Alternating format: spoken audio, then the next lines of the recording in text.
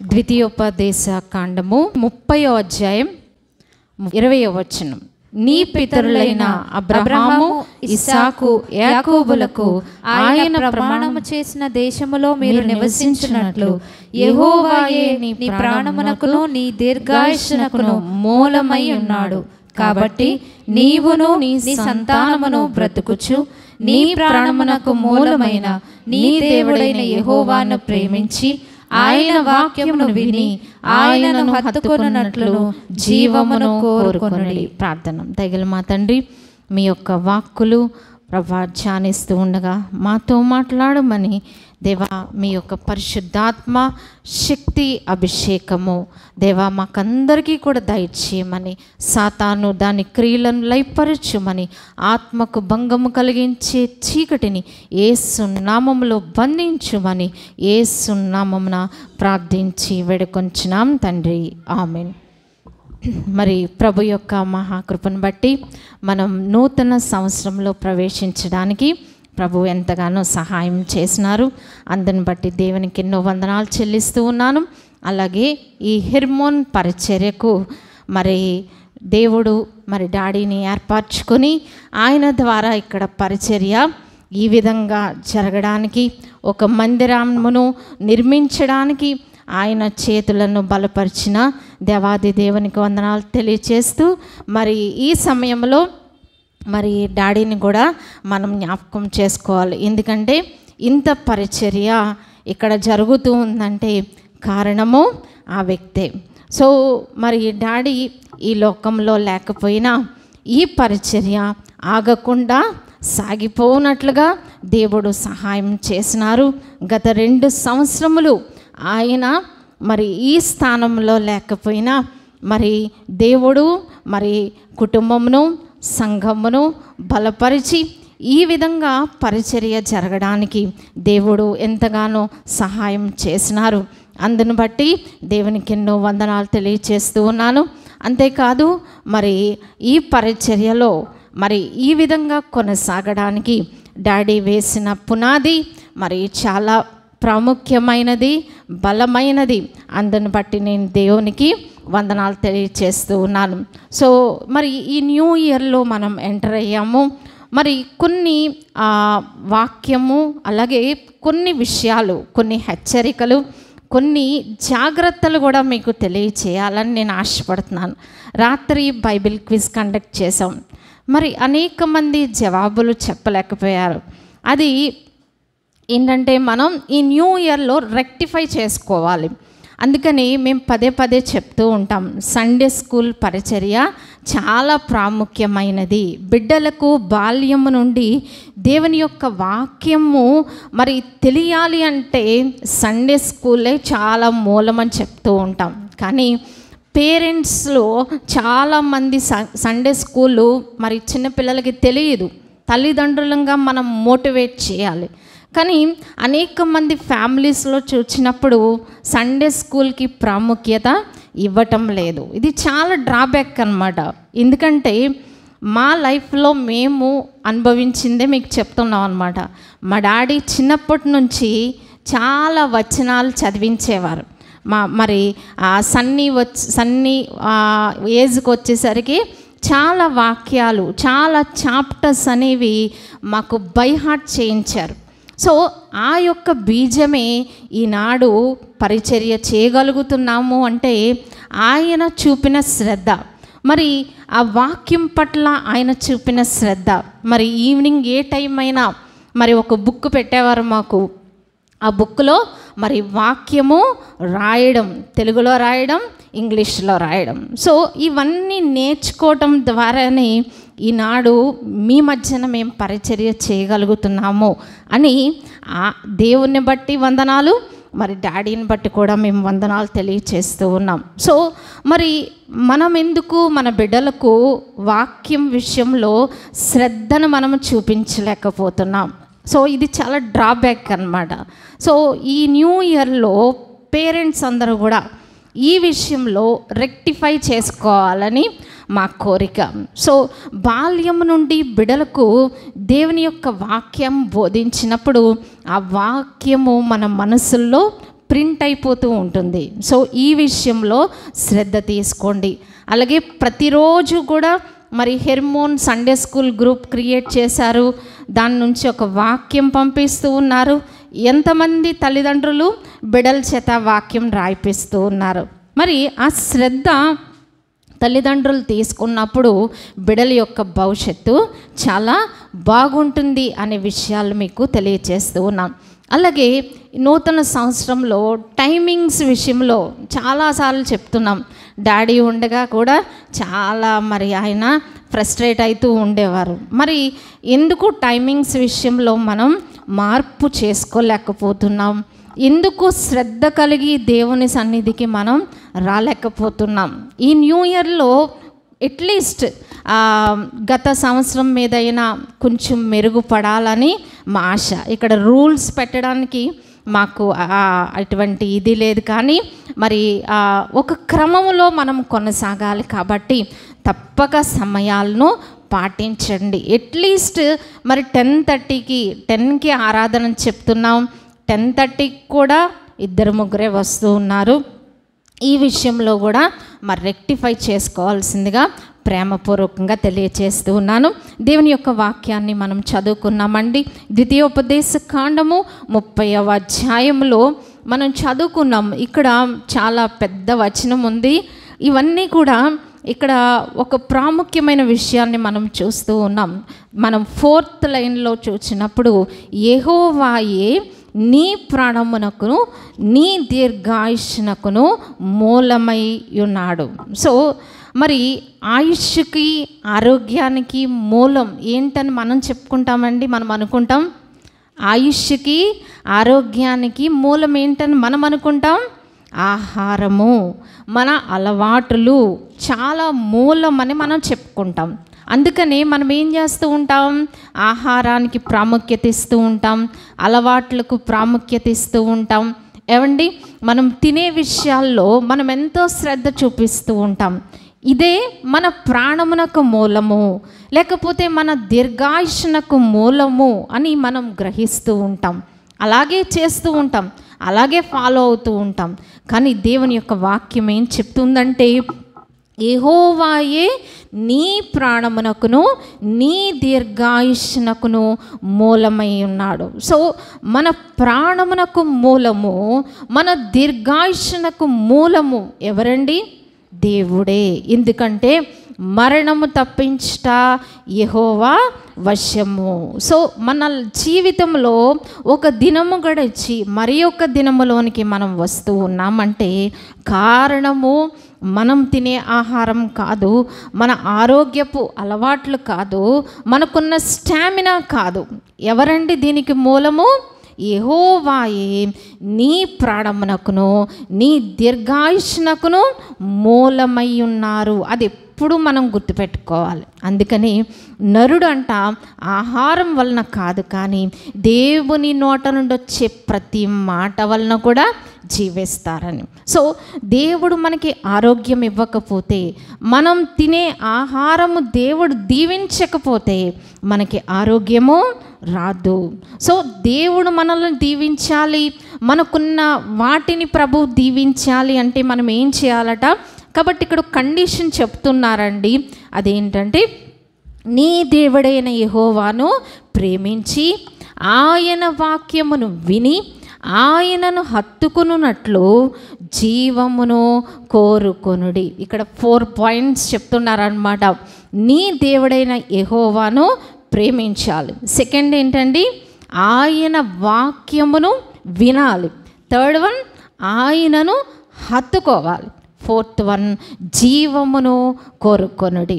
So మన ప్రాణమునకు దీర్ఘాయుష్నకు మూలమైన దేవుడు మన జీవితాల్లో ఇంకా మనం బెటర్గా బెస్ట్గా జీవించాలంటే మరి ప్రాణమును, అందుకని దేవుడు మనకిచ్చిన వాగ్దానం ఏంటండి? ఆయన నీ ప్రాణమును కాపాడును. మన ప్రాణమును ఎవరు కాపాడాలండి? దేవుడే కాపాడాలి. ప్రాణం పోవడానికి ఎంత సమయం పడుతుందండి? కొన్ని సెకండ్స్ కూడా పట్టదు కదా. ఈనాడు మనం చూస్తూ ఉన్నాం, యూట్యూబ్లో వచ్చిన తర్వాత మరి డ్యాన్స్ వేస్తూ చనిపోయే వాళ్ళు ఉన్నారు.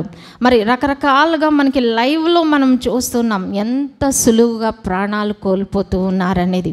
మన ప్రాణాన్ని ప్రభు కాపాడాలంటే, మన ప్రాణమునకు దీర్ఘాయుష్నకు మూలమైన దేవుణ్ణి మనం ఏం చేయాలట? 4 విషయాలు ఈ నూతన సంవత్సరంలో మనం కలిగి ఉండాలి. మొట్టమొదటిది ఏంటండి? ఆయనను ప్రేమించాలి. రెండవది ఆయన వాక్యమును వినాలి. థర్డ్ వన్, ఆయనను హత్తుకోవాలి. ఆయన్ని ప్రేమించడం అంటే ఏంటండి?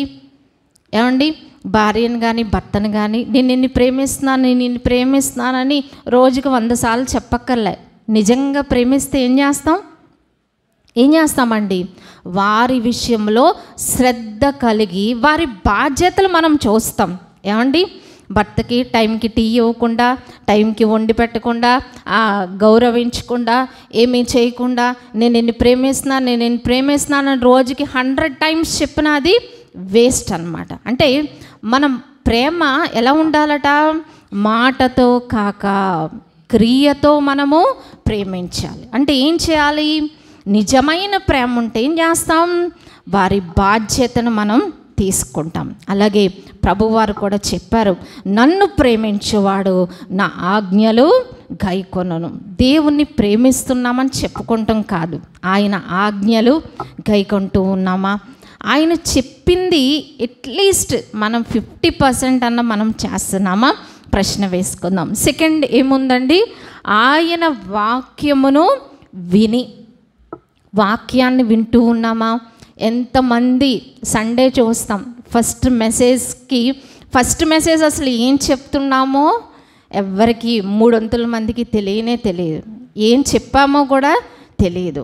ఏదో గోడలకు చెప్పుకున్నట్టుగా మేము చెప్పుకొని వెళ్ళిపోతూ ఉన్నాం. సో అంటే దేవుని యొక్క వాక్యానికి మనం ఇచ్చే ప్రాధాన్యత ఎంతవరకు ఉంది అనేది ఒక ప్రశ్న అన్నమాట. ఓకే, 2024 వరకు మనం ఎలా ఉన్నా ఈ నూతన సంవత్సరంలో వాక్యాన్ని విందాము. అంటే దేవుని యొక్క వాక్యాన్ని చదవాలి, వినాలి. దేవుడు మనకిచ్చే సమృద్ధి మరి మనము స్వీకరించాలి. ఆదివారం వాక్యం వినకుండా వారమంతా మనం ఏం చేస్తామండి? ఎలా మనం జీవిస్తాం? ఆత్మీయంగా బలపరచడానికే కదా ఈ ఆదివారపు వాక్యాలు. ఎందుకండి? వారమంతా మనం దేవునిలో బలంగా జీవించాలి. మరి దేవుని కృపలో కొనసాగాలంటే వాక్యాలు వినాలి. సో కాబట్టి ఈ న్యూ ఇయర్లో మనం అది రెక్టిఫై చేసుకోవడానికి ట్రై చేద్దాం. థర్డ్ వన్, ఆయనను హత్తుకొనున్నట్లు ఏం చేయాలట? ఆయనను హత్తుకోవడం. ఏమండి, హత్తుకోవచ్చు, మామూలుగా కూడా జీవించవచ్చు. అందుకే భార్య భర్తల గురించి ప్రభు ఏం చెప్పాడండి? పురుషుడు ఏం చేస్తాడట? తన భార్యను హత్తుకుంటాడు. హత్తుకోవడం అంటే ఏంటండి? బాధ్యతలు స్వీకరించడం అన్నమాట. అంటే భార్య బాధ్యతలు భర్త స్వీకరించడమే హత్తుకోవడం అంటారు. అలాగే దేవుని పట్ల మనం ఎంతవరకు ఆయన కార్యాల విషయంలో శ్రద్ధ కలిగి ఉన్నాము. అందుకే ఫిలిప్పీ పత్రికలో పౌలు గారు అంటారు, ప్రతివాడు తన సొంత కార్యాలే చూసుకుంటున్నాడట, కానీ యేసు ప్రభు కార్యములను చూచటలేదు. సో దేవుని కార్యాల పట్ల ఎంతవరకు మనం శ్రద్ధ కలిగి ఉన్నాం? మరి మందిరంలో కార్యక్రమాలు ఏర్పాటు చేశామంటే అవి ఎవరి కొరకండి? ఎవరి కొరకవి? మా కొరక, సంఘము కొరకే. మరి ఎంతవరకు మనం వాటి విషయంలో శ్రద్ధ కలిగి ఉంటూ ఉన్నాము? ఒకరి మట్టుకు వారం పరీక్షించుకుందాం. ఫోర్త్ వన్ ఏంటండి? జీవమును కోరుకొనుడి. అంటే జీవము అంటే ఏంటండి? లైఫ్ అన్నమాట. మనం జీవము కలిగి ఉన్నాం కాబట్టి ఈ న్యూ ఇయర్లో మనం ఎంటర్ అయ్యాం. సో అంటే జీవము మరణము మన ఎదురుగుండా ఉందట. మనం ఏం చేయాలి? మన ప్రాణమునకు దీర్ఘాయుష్నకు మూలము ఆయన కాబట్టి మనము ప్రాణముతో ఉండాలి అంటే, దీర్ఘాయుష్తో ఉండాలంటే ఏం కోరుకోవాలట? జీవము కోరుకోవాలి. ఈ జీవం ఎలా వస్తుందండి? జీవం ఎలా వస్తుంది? సో జీవం ఎలా వస్తుంది అనేది కూడా దేవుని యొక్క వాక్యం చెప్తుంది. అది మనం చదువుకొని ముగించుకుందాం. సామెతలు 34వ అధ్యాయం కీర్తనలు 34వ అధ్యాయం. కీర్తనలు 34వ అధ్యాయం, పేజ్ నెంబర్ 468 అండి. కీర్తనలు 34వ అధ్యాయం 12వ వచనము చదువుకుందాం. బ్రతుకగోరువాడెవడైనానున్నాడా? మేలు నందుచు అనేక దినములు బ్రతుకగోరువాడెవడైనానున్నాడా? చాలండి, ఇక్కడ 2 ప్రశ్నలు వేస్తున్నారు. బ్రతుకగోరువాడెవడైనా ఉన్నాడా? సో ఏమండి, మనలో ఎంతమంది చనిపోతారు అని ఎవరమన్నా అడిగితే ఎవరైనా చేతులెత్తామా? ఎవ్వరం చేతులెత్తాం. ఎందుకని? మనం బ్రతకాలి అని కోరుకుంటాం. అంటే ఇక్కడ ప్రశ్న వేస్తున్నారనమాట, బ్రతుకగోరువాడెవడైనా ఉన్నాడా? సెకండ్ ప్రశ్న ఏంటండి? మేలు నుందుచు అనేక దినములు బ్రతుకగోరువాడెవడైనా ఉన్నాడా? సెకండ్ ప్రశ్న ఏంటి?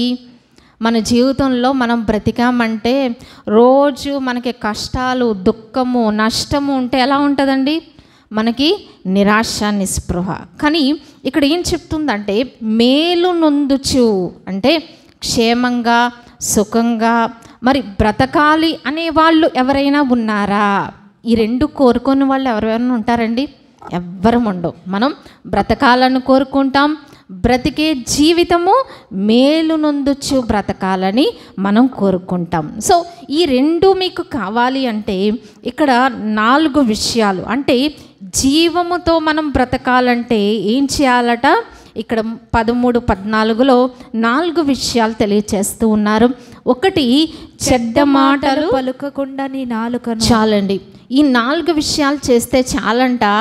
మనకి బేసిక్ ప్రిన్సిపల్స్ అన్నమాట. ఏవేవో మనం చేయక్కర్లేదు. బేసిక్ ప్రిన్సిపల్స్ ఏంటంటే చెడ్డ మాటలు. ఏమండి, ఏది మంచి మాట మనకి తెలుసు, ఏది చెడ్డ మాట మనకి తెలుసు కదా.